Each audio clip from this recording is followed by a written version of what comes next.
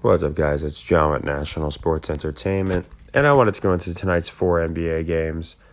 If you missed my last video, I went into our 5 college plays today, and we hit the most important one right off the bat. It was a leg 3, and it's very simple. Again, I wish I knew who to thank. I wish I could turn to these guys right here. It's the only game. The guys on Wagner in San Francisco, Brooklyn, and say, thank you, gentlemen. I'll thank Brandon Brown and Josiah Harris, even though, this is my first time seeing their names. My point is, I know nothing about these guys. And, yeah, we did get some help with overtime, but, again, I think that wasn't an accident.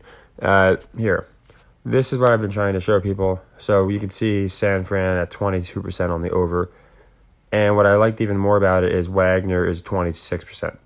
So now we have 2 teams that are right around the historical margin, around 23%. Nobody finishes lower than. And usually it's that one team. You don't have 3, 4, 5, 6 teams here. So the fact that 2 of them playing each other fit that metric is the reason I made it a leg 3. The same principle applies for Merrimack versus Stonehill. You can see 26.1 meeting up against 28%. Again, those metrics, you'll have people around 28%. But for this many teams, these metrics don't hold.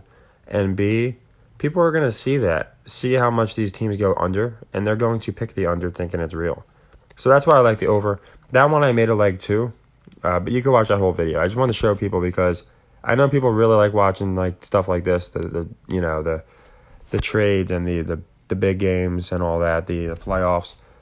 But the college is where we've really, we haven't been perfect, but it's really come through for us for a reason. At the NBA, there's nothing crazy fancy tonight. I think a lot of these are going to be playoff type. They're going to be, at least the ramifications of these games will affect the playoffs. But that, I like the Magic. For the reason being, there's not many teams in the East. You got the Pacers are really the only team. Because I think as of now, the Wizards are actually 10. I could be wrong.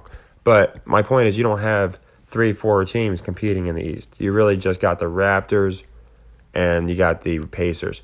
For that reason, I think you need the Magic. They got Paolo, he's a draw. Bol plays pretty good. Fultz starting to do all right. So I don't think they get in, but I think they're going to tease the Magic as a team who might be able to get a play-in spot. For that to happen, they have to win some games like this. And also, 6 points, in my opinion, is very light. I'm not sure if Joker's out. Even if he is, it's very light for a team that's been playing very good.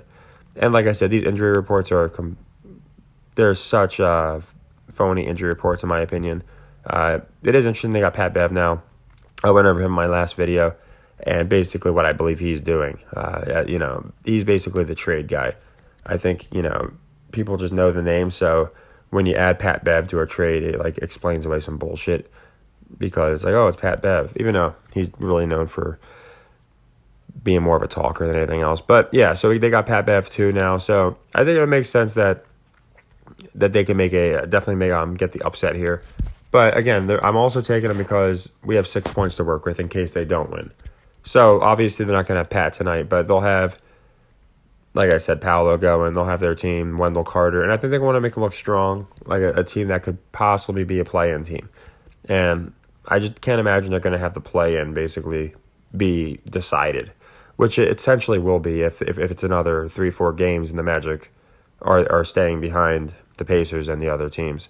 So I like the Magic cover here, Magic +6. Here, I think the Hawks get their win just because I don't think it's as much a narrative for the Suns as it's going to be for the Nets. But what I mean is they're going to show how quote, terrible they are without Bridges, and without these needed role players.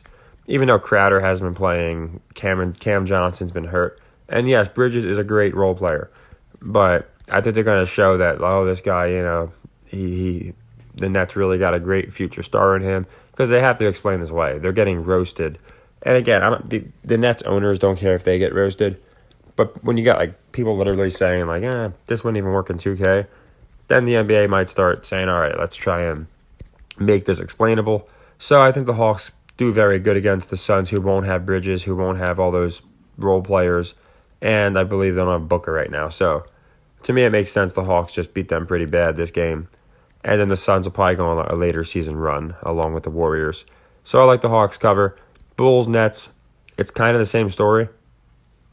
Now, the Nets haven't got those individuals yet, so, well, they might have. Let's look, because there's sometimes they're weird about it.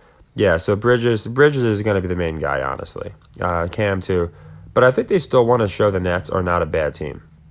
Like, they want to show that the Nets are good because now it's going to be like, oh, wow, and then imagine when Bridges suits up. So I don't think they're going to get blown out or anything, but I do think the Bulls are going to win this game.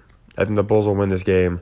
I think they, again, want to keep them kind of nipping at the Heat's heels at the same time. I think they want to keep it where, again, the Nets look good, but they're not going to be winning against, in my opinion, against a pretty good team, or at least a talented team, where the public is going to want to see them, in my opinion, once they have Bridges, once they have Cam. That'll be the difference maker. So this one, and because the line, just because they're at home, I don't think a lot of people are sold on the Bulls. So I like the Bulls here. And then for the last game, I like the Bucks to cover. I think a lot of people are going to be with the scoring king, 8.5 points. And I think there's a very good chance he might sit this game. Also, since he has broke the record on Kareem's old team, I'm thinking there'll be some sort of penance in order. So I'm just going to go with Giannis puts down like 60 and the Bucks just hammer the Lakers home, destroy them. So, he's out now. That's so funny because probably 20 minutes ago he was ruled day-to-day. Now he's ruled out. I would lock that one early. This is just going to move. Watch how fast this moves to I could be wrong, but I think it's going to move 10, 11, 12 because this was around 6.5. So I think the whales are finding out that LeBron's out. They're letting their sharp friends know. So I would lock that one immediately. But yeah, that's basically it. Bucks cover. So for these 4 games, I like the Bucks cover, Bulls cover, Magic cover, Hawks cover. I'll go into the trades, and I'm going to have my Super Bowl video out tonight. But I want you guys to get the Lakers because if I'm not mistaken, it's going to move. So take care and not the Lakers. Fade the Lakers, get the Bucks. Take care and happy earnings.